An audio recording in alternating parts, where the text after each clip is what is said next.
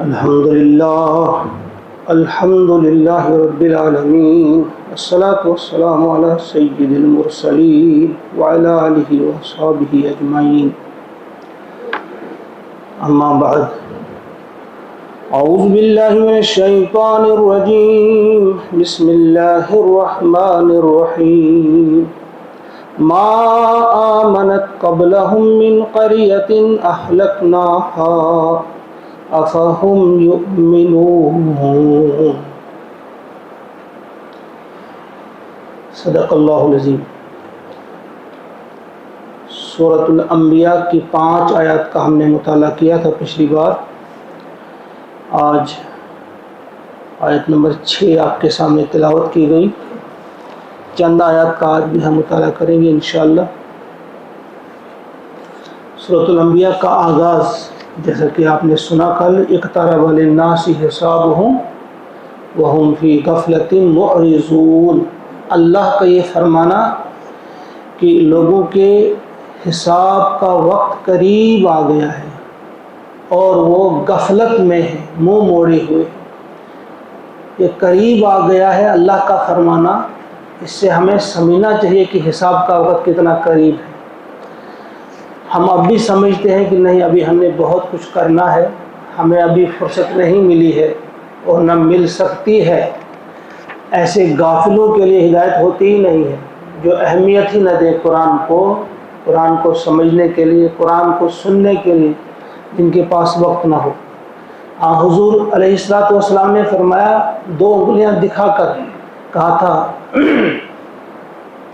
میری اور قیامت کی مثال یہ ہے کہ میرے بعد اب کچھ بھی نہیں، میرے بعد اب قیامت ہے، اب کوئی نبی نہیں آئے گا۔ ایک اس کا یہ مطلب ہے، جتنے انبیاء آنے تھے وہ آ چکے ہیں، میں آخری نبی ہوں، بس وہ قیامت آنے والی ہے۔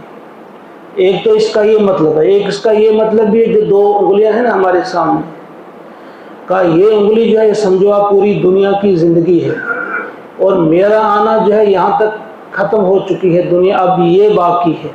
اب خود آپ بتا سکتے ہو کہ دنیا کتنی باقی، جو دنیا ابھی بچی ہے، دنیا کس قدر ابھی باقی رہے گی، یہاں سے یہاں تک آپ سمجھو تو ختم ہو چکی ہے، تھوڑی سی جو تھوڑا سا سرا ہے، بس یہ بچا ہے۔ یہ آپ کے سمجھانے کا مطلب تھا۔ ہمیں بھی جان لینا چاہیے کہ زیادہ ابھی باقی کچھ بھی نہیں ہے، بلکہ ایک حدیث پاک کی روشنی میں حضور نے جو فرمایا تھا کہ جو شخص جس وقت فوت ہو جاتا ہے اس کی قیامت واقع ہو گئی، اس کے لیے تو وہی قیامت ہے۔ لہذا ہمیں کس قدر محتاط رہنا ہے اور کس قدر ہمیں تیاری کرنی ہے اس آخرت کی جہاں ہم نے رہنا ہے اور ہمیشہ ہمیشہ رہنا ہے۔ اب آج کی اس آیت میں جو ہم پڑھنے جا رہے ہیں، ان کا جو یہ مطالبہ تھا کہ بھئی ہمیں کوئی نشانی دکھاؤ، کوئی معجزہ دکھاؤ تو ہم آپ کو مان جائیں گے کہ آپ واقعی پیغمبر ہیں۔ حالانکہ حقیقت یہ ہے کہ جو دوسری جگہ ہم پڑھ چکے کہ وہ جانتے تھے، پہچان جاتے تھے اس پیغمبر کو، ایسے ہی کما یعرفون ابناءہم، جیسے اپنے بیٹوں کو وہ پہچانتے ہیں۔ اپنا بیٹا پہچاننے میں بالکل بھی انسان خطا نہیں کرتا، اسی طرح وہ پیغمبر کو بھی پہچانتے تھے اچھی طرح سے کہ یہ وہی پیغمبر ہے جن کی بشارت، جن کی خوشخبری ہم نے اپنی کتابوں میں پڑھی ہے، لیکن نہ ماننا ہوتا ہے، یہ بدبختی ہوتی ہے۔ تو اب ان کو جواب دیا جا رہا ہے جو بار بار کہہ رہے تھے کہ ہمیں کوئی معجزہ دکھاؤ، کوئی نشانی دکھاؤ، تو اللہ تبارک تعالیٰ فرماتے ہیں ما آمنت، نہیں ایمان لائے، قبلہم ان سے پہلے، من قریۃ کوئی بھی بستی، یعنی ان سے پہلے بھی کوئی بستی ایمان نہیں لائی، کسی بھی بستی کے لوگ ایمان نہیں لائے، اہلکناہا، ہم نے اسے ہلاک کیا۔ یعنی ہر وہ بستی جن کو ہم نے ہلاک کیا وہ ایمان نہیں لائی، مطلب یعنی وہ بھی نشانیاں طلب کرتے تھے، ہمیں کوئی نشانی دکھاؤ تو ہم ایمان لے آئیں گے۔ تو اللہ تعالیٰ نے جب انہیں اس نبی کے ذریعے نشانی دکھائی تو فرمایا وہ ایمان نہیں لائے، پھر ہم نے ان کو ہلاک کر دیا۔ وہ ان کے لیے، اب مشرکین مکہ کے لیے یہ ان کو سمجھایا جا رہا ہے، بتایا جا رہا ہے کہ نشانی تو مانگتے ہو تم، لیکن یاد رکھو جب ہم نشانی کسی کو دکھاتے ہیں پھر بھی جب وہ نہیں مانتے ہیں تو ہم انہیں ہلاک کر کے رکھ دیتے ہیں، پھر کوئی ان کا عذر قابل قبول نہیں رہتا۔ ایک تو اس کا صاف یہ معنی ہے۔ پھر دوسری معنی یہ ہے کہ تاریخ کو دیکھو، تم تاریخ کے ورق گردانو کہ آج تک جس بستی نے نشانی مانگی اور ان کو جب نشانی دکھائی گئی تو وہ نہیں مانے، پھر ہم نے ان کو ہلاک کر دیا۔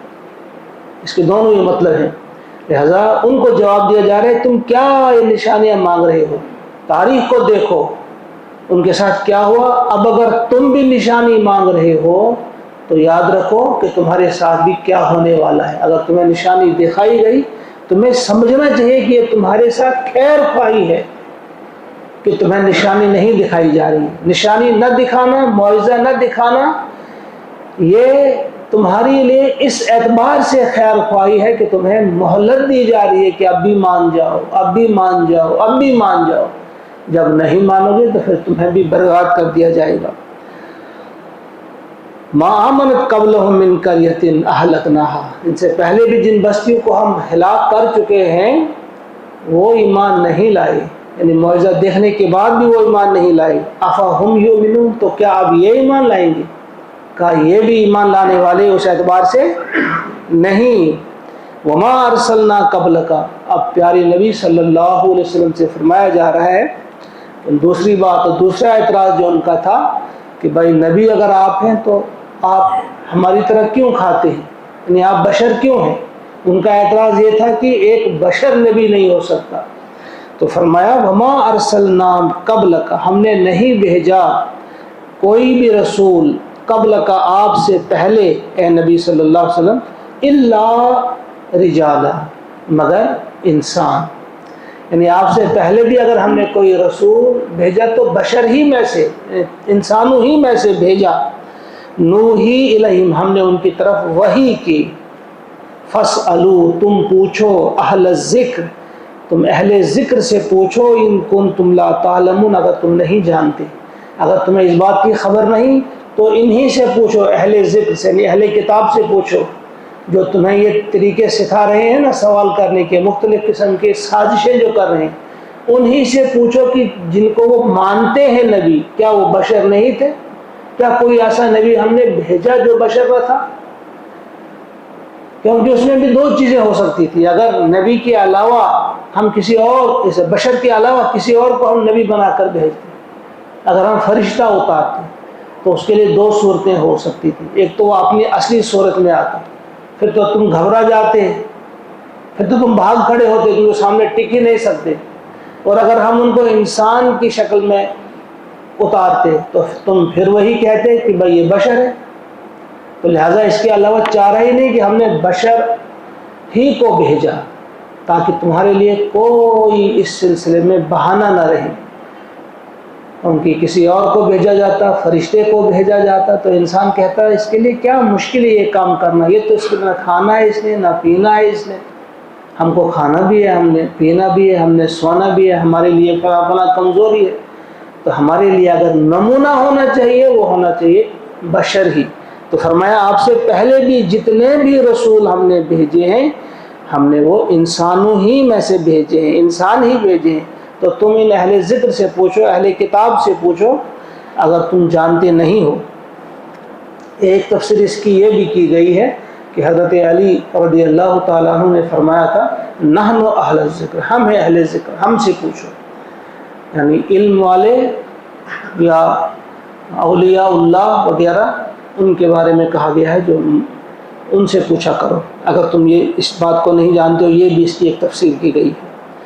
وما جعلناہم جسدا، وما جعلنا، اور نہیں بنایا ہم نے ان کو، جعلناہم ان کو، جسدا ایسے جسم، ہم نے ان نبیوں کے ایسے جسم نہیں بنائے تھے لا یاکلون، کہ وہ نہ کھاتے ہوں الطعام، کھانا، ہم نے ان نبیوں کے بھی ایسے جسم نہیں بنائے تھے کہ وہ کھانا نہ کھائیں، وما کانوا خالدین، اور نہ ان کے ایسے جسم ہم نے بنائے تھے جو ہمیشہ رہتے، یعنی انہیں بھی کھانے کی ضرورت ہوتی تھی اور ان کے لیے بھی موت ہوتی تھی، کوئی بھی نہیں رہا، جتنے بھی انبیاء آئے ان کو بھی موت کا مزہ چکھنا پڑا۔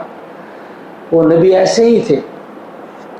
ثم صدقناہم، پھر ہم نے سچا کر دکھایا. صدقناہم، پھر ہم نے ان سے سچا کر دکھایا. الوعد، ان سے کیا ہوا وعدہ، یعنی جو ان سے ہم نے وعدے کیے تھے ان کو ہم نے سچا کر دکھایا. فانجیناہم، ہم نے ان کو نجات دی، ہم نے ان کو بچا لیا. ومن نشاء، اور جس کو چاہا ہم نے بچا لیا، یعنی ان کو بھی بچایا اور ان کے ساتھ جس کو چاہا بچا لیا. وَأَهْلَكْنَا، اور ہم نے ہلاک کر دیا المسرفین، حد سے بڑھ جانے والوں. یعنی ان سے جو وعدے ہم نے کیے تھے ہم نے پورے کیے. جن سے ہم نے وعدہ کیا تھا نصرت کا، مدد کرنے کا، فتح کا، جن سے ہم نے وعدہ کیا تھا ان کو ہم نے فتح عطا کی، ان کی ہم نے نصرت کی، ان کی ہم نے مدد کی، وہ وعدہ ہم نے پورا کیا. اور جن سے وعدہ کیا تھا کہ تم کو ہلاک کر دیں گے ان کو ہم نے ہلاک کر کے رکھ دیا. گویا ان سے کیے ہوئے وعدے ہم نے پورے کر دیے. اس میں یہ جواب تھا مشرکین مکہ کے لیے کہ تمہارے ساتھ بھی جو وعدے کیے جا رہے ہیں کہ ہم اس رسول کی مدد کریں گے وہ وعدہ بھی ہم پورا کریں گے، اور ان کے مخالفین جو ہے ان کا ہم پیس کر رکھ دیں گے تو وہ وعدہ بھی ہم پورا کریں گے. گویا یہ سمجھائی جا رہی ہے بات تاریخ کے آئینے میں، اور تاریخ انہیں بتائی جا رہی ہے کہ آج تک بھی جتنے انبیاء آئے ان سے کیے ہوئے وعدے ہم نے پورے کیے، اور ان کو جھٹلانے والے جو لوگ تھے ان سے جو ہم نے وعدے کیے تھے وہ وعدے بھی ہم نے پورے کیے. اور اس وقت بھی یہ وعدہ ہے. اگر ہماری سمجھ میں یہ بات نہیں آتی، اگر ہم ابھی اتنی غفلت میں ہیں کہ ہم کوئی اہمیت نہیں دے رہے ہیں اس چیز کو، ہم اپنے آپ کو بدلنے کے لیے تیار نہیں، ہم سنجیدگی کے ساتھ غور و فکر کرنے کے لیے تیار نہیں، اگر ہم اتنے ڈوبے ہوئے ہیں اس غلاظت بھری دنیا میں، گندگی سے بھری دنیا میں، اگر اتنے ہم ڈوبے ہوئے ہیں کہ ابھی تک ہماری آنکھیں نہیں کھلتی، ابھی تک ہماری عقل جو ہے کام کرنے کے لیے تیار نہیں رہتی، تو ہم سے بھی جو وعدے کیے گئے ہیں وہ بھی پورے ہوں گے. اس قرآن کے ساتھ وفا کرنے والوں کے لیے مدد کا وعدہ ہے، اور اس سے دغا کرنے والوں کے لیے جفا کا وعدہ ہے. جفا ان دا سینس کہ ان کو پیس کر رکھ دیا جائے گا، ان کو نہیں چھوڑا جائے گا. فرمایا کہ دیکھو ان سے کیے ہوئے وعدے ہم نے پورے کیے، تمہارے ساتھ کیے ہوئے وعدے بھی پورے ہوں گے. لَقَدْ أَنزَلْنَا إِلَيْكُمْ كِتَابًا، تحقیق ہم نے نازل کی تمہاری طرف ایک کتاب، ہم نے ایک کتاب تمہاری طرف نازل کی. فیہ ذکرکم، اس میں تمہارا ذکر ہے. ان سے کہا جا رہا ہے کہ تمہاری طرف ہم نے یہ کتاب نازل کی، تمہارا ذکر اس میں ہے. کچھ مفسرین نے کہا کہ عرب کا ذکر ہے، عرب والوں ہی کی طرف پہلے یہ بھیجی گئی، ان کا ذکر ہے. ان کے لیے یہ عزت کا مقام تھا، ان کے لیے یہ شرف کا مقام تھا. ان کی زبان میں اللہ کی یہ کتاب، ان کے اندر سے رسول اٹھایا گیا، اور اس کتاب میں ان کا بھی تذکرہ ہے. ایک تو اس کی یہ تفسیر، دوسری تفسیر اس کی ہے میرے لیے، آپ کے لیے، قیامت تک رہنے والوں کے لیے، تمام انسانوں سے کتاب ہے کہ ہم نے تمہاری طرف، اے دنیا کے تمام انسانوں، ہم نے تمہاری طرف اس کتاب کو نازل کیا، اتارا، اور اس میں تمہارا ذکر ہے. اس کا مطلب یہ ہے کہ اس میں میرا بھی ذکر ہے، آپ کا بھی ذکر ہے، ایک ایک فرد کا ذکر ہے. ایک بہت بڑے عالم نے اس کے بارے میں لکھا ہے، اس نے کہا کہ جب میں نے پڑھا، کئی بار میں نے ایک قرآن پڑھا تھا، ایک بار پڑھتے پڑھتے جب یہاں پہنچا میں فیہ ذکرکم، تو میں رک گیا. کیونکہ کسی وقت انسان غور و فکر کرتا ہے، دل میں کوئی بات بیٹھ جاتی. کہا جب یہ کہتا ہے کہ اس میں تیرا ذکر ہے تو لازم اس میں میرا اپنا بھی ذکر ہوگا. کہا پھر میں نے بار بار اس کو پڑھا، میں نے دیکھا کس جگہ میرا ذکر ہے. تو کہا ایک جگہ جب میں پہنچا، ایک آیت کریمہ ہے قرآن کریم کی، وَآخَرُونَ اعْتَرَفُوا بِذُنُوبِهِمْ خَلَطُوا عَمَلًا صَالِحًا وَآخَرَ سَيِّئًا، کہ کچھ اور لوگ ہیں جنہوں نے اعتراف کیا کہ ہم سے گناہ ہوئے ہیں، ان کے عمل خلط ملط، یعنی کچھ نیک کام بھی کیے ہیں، کچھ برے کام بھی کیے ہیں. عملاً صالحا وآخر سیئا عسى اللہ ان یتوب علیہم، توقع ہے کہ اللہ تعالیٰ ان کی توبہ قبول فرمائے گا. کہا کہ میں اس وقت چونک گیا، کہا یہاں میرا ذکر ہے. اگر ہم بھی سوچیں گے، میں بھی اور آپ بھی، ہم بھی سوچیں گے اسی جگہ، اسی آیت میں ہمارا بھی ذکر ہے، کیونکہ ہم سے بھی کچھ نیک کام بھی ہوئے ہوں گے، چھوٹے موٹے، ہم سے گناہ بھی ہوئے ہیں، اور یہاں ہمارے بارے میں اللہ تعالیٰ فرماتے ہیں عسا، یعنی توقع ہے، امید ہے، ممکن ہے کہ اللہ تعالیٰ ہماری توبہ قبول کرے۔ لہذا ہمیں یہاں پہ توقع رکھنی چاہیے، بلکہ یقین رکھنا چاہیے کہ اگر ہم سچے دل سے توبہ کریں گے ہماری توبہ قبول ہوگی۔ اور یہی وہ مقام ہے جہاں میرا بھی ذکر ہے، آپ کا بھی ذکر ہے۔ فرمایا ہم نے آپ کی طرف، تمہاری طرف ایک کتاب نازل کی، اس میں تمہارا ذکر ہے، اس میں کوئی اور داستان نہیں ہے، اس میں اصل میں ہمارا ہی ذکر ہے کہ کیا کرو گے تو کامیابی تمہیں ملے گی، کیا نہیں کرو گے تو تمہارے لیے کیا ہوگا۔ پھر یہ ساری چیزیں ہمارے ہی لیے ہیں۔ اٹھو گے کیسے اٹھو گے، کھاؤ گے کیا کھاؤ گے، یعنی ہمارے لیے اس میں قدم قدم پہ ہم نے کیا کرنا ہے، بس وہی ہدایت ہے۔ اور پھر اللہ کی اطاعت، رسول صلی اللہ علیہ وسلم کی اطاعت میں کتنے بڑے بڑے انعامات آپ کے لیے ہوں گے، ان کا ذکر بھی اس میں ہے۔ اور نافرمانی میں کیسے کیسے عذاب ہے، مشکلات ہیں، پریشانیاں ہیں، ان کا بھی اس میں ذکر ہے۔ تو فرمایا اس میں تمہارا ذکر ہے، افلا تعقلون، تو کیا تم عقل سے کام نہیں لیتے، تو کیا تم سمجھتے نہیں۔ اللہ تعالیٰ ہمیں سمجھ عطا کرے، اللہ تعالیٰ ہمیں سوچنے اور سمجھنے کی توفیق عطا فرمائے، اور اس کے بعد اپنی زندگیوں میں صحیح فیصلہ کرنے کی بھی توفیق عطا فرمائے۔ تو یہ مکمل ہو گئی 10 آیات، پہلا رکوع آج مکمل ہو گیا۔ انشاءاللہ یہاں سے آگے کل ہم کریں گے۔ اللہ تعالیٰ ہمیں توفیق دے عمل کی۔ ایک بار آپ ان آیت کو ذرا سنیں جو ہم نے پڑھی۔ ما آمنت قبلهم من قرية أهلكناها أفهم يؤمنون وما أرسلنا قبلك إلا رجالا نوحي إليهم فاسألوا أهل الذكر إن كنتم لا تعلمون وما جعلناهم جسدا لا يأكلون الطعام وما كانوا خالدين ثم صدقناهم الوعد فأنجيناهم